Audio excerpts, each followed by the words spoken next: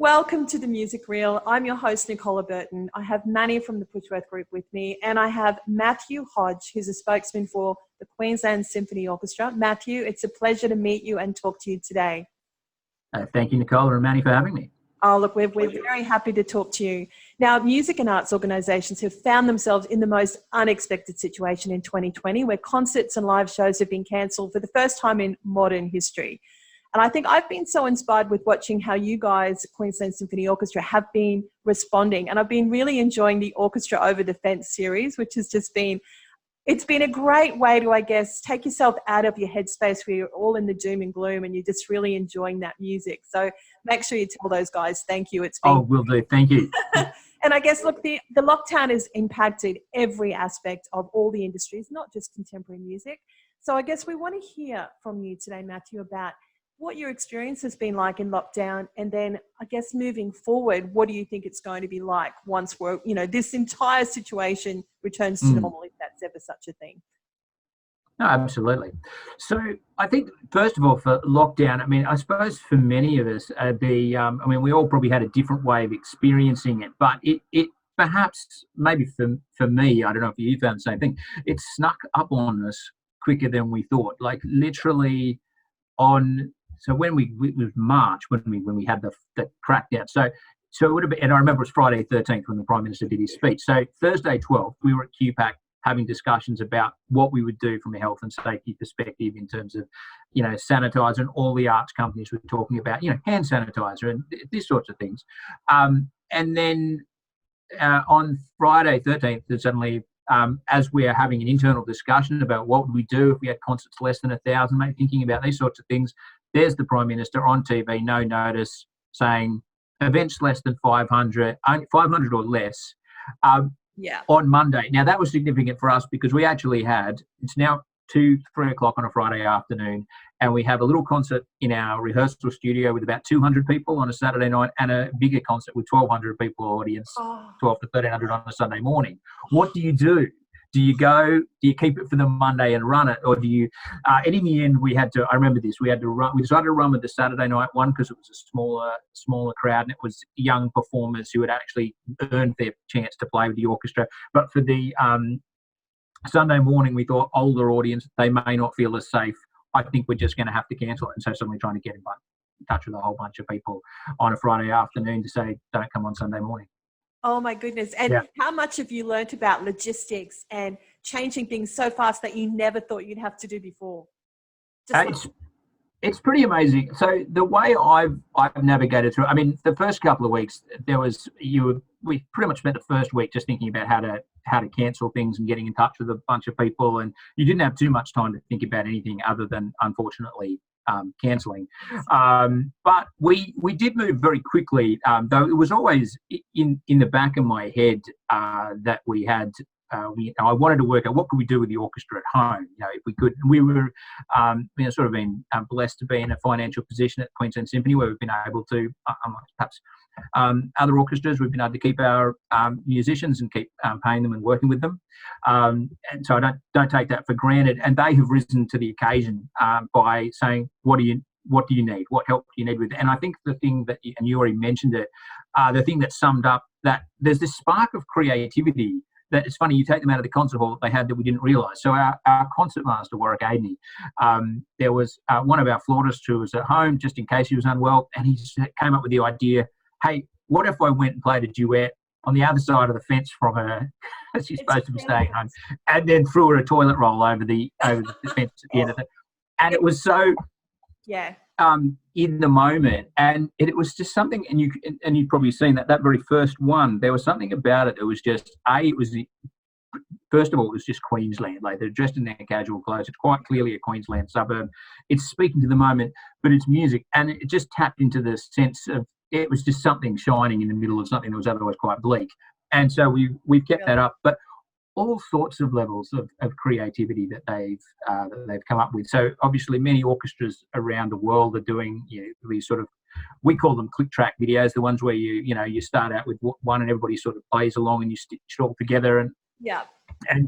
But what we didn't expect was when our orchestra decided they wanted to do one with the Toreador song was that they'd be out in their backyards, or wearing crazy costumes or doing all sorts of things. And so there's this sense of play and fun that was not there. Oh, sorry, that probably was there all the time, but you didn't necessarily see it on the concert hall stage. It's just come out. So there's been some amazing upsides to this otherwise difficult time.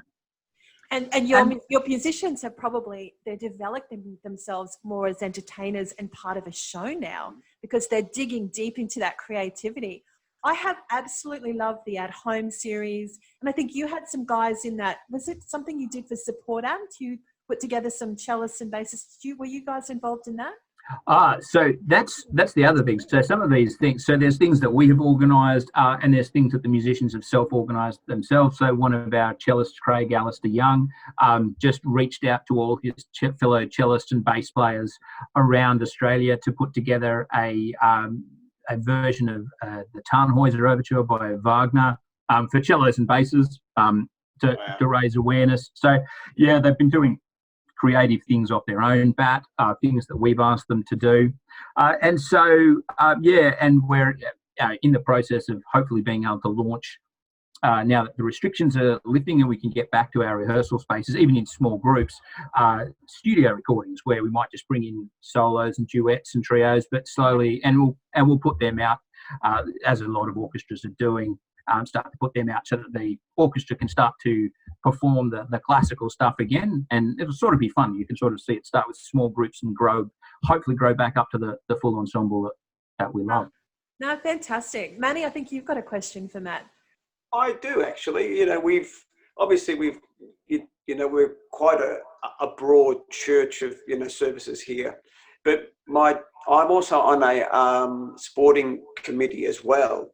So how that market sector is actually working is a little bit different to, say, how the music sector is. So how you interface and full contact sport versus, having an orchestra or band members on stage. So from a logistical point of view, I'm really curious what's afoot, because an orchestra is the sum total of many moving parts. How will they logistically come together for a stage performance as a large orchestra, or will it be in clusters like you mentioned? How would they, facilitate on stage to be COVID safe? I'm very curious from so there's market sector. Absolutely. So there's various pieces of research that we are keeping tabs on around the world. In fact, I think Germany has been probably the most advanced in doing this kind of research of, they'll actually take musicians, I don't know if you've seen them, and they'll be like, okay, so we're putting you in front of a smoke machine, play this instrument, we want to see where does air travel and all those sorts of things, and working out ways to do social distancing. So there's probably two issues. One is the musicians themselves, and the other is the audience with social distancing, because it's certainly the biggest barrier to be overcome. In terms of musicians, what we've done is actually, because the orchestra, the skill of being an orchestral musician is how you play with your colleagues. And so the skill that is not necessarily been lost, but the skill that they don't have a chance to work on so much when we were all stuck in lockdown is playing with others. So the first thing we're doing is getting them together in small groups. So this series of concerts we want to do on YouTube, and we're already starting to film these now, is not just about the audience, it's also about them getting a chance to play with each other and listen. So we're starting with whatever sizes we can get together. So if we can safely get together groups of 3 or 4 musicians to perform, we'll do that. And then we want to move up to groups of 6 or 7, groups of 13 to 14, and we will gradually expand, sort of in line with the restrictions. We'll expand the amount of people that we can get together. And the great thing is there's a whole repertoire of chamber music, which is written for small groups up to those sizes up there, and keep gradually expanding as we go. The difficult part is obviously the audience. As everybody knows, for each gig, there's a certain number of people that you need to have in the hall paying for their ticket to make it worthwhile to do. So we're obviously, and so much is unknown, obviously the roadmap only takes you to gatherings of 100. I think for many of us, we don't know what's beyond that, but I guess we are hoping that, as restrictions lift, we'll be able to get back to concerts with a decent sized audience that can make it logistically, I think that's a common sense approach. I think it's Yeah. a really common sense approach that each industry has its own individual challenges. So therefore they have their own like individual set of codes to make sure that they can, perform and do what they need to do. So it is a common sense approach. Thanks. Absolutely. So if everything goes back to normal, here's my crystal ball. Let's see what's coming. What do you think? What are you guys planning to do? Have you got some tours or big concert events coming up for next year, perhaps, when we reset? So we are planning as if, we're first of all, we're planning our 2021 season, probably with the caveat that we will be, because with an orchestra, every time you go to see it, there's the orchestra itself, which is a local presence of local musicians. And then there's usually, as you know, a visiting conductor or soloist. And so we are working as we plan it to see what we can do with Australian-based soloists and conductors for the first 6 months of the year, because the unknown in all of this is nobody can know exactly where the crystal ball is going, but it seems like our international borders, if they stay closed, will probably be fine for travel shortly. It's what you do internationally. So we're planning that first 6 months to be Australian based, and then moving towards hopefully having visiting international artists towards the second half of the year. It's obviously unknown as to all these things as how well the plans will go, and I guess we're all waiting to see what happens. But we're moving forward as if we're doing that, and our concerts we've had to cancel up to the end of August, but beyond that we don't know. We'll wait and see. I suppose a good glimmer of hope is that we put on a show announced a show with Birds of Tokyo. They're doing a tour around Australia, and so they added a Queensland leg to that.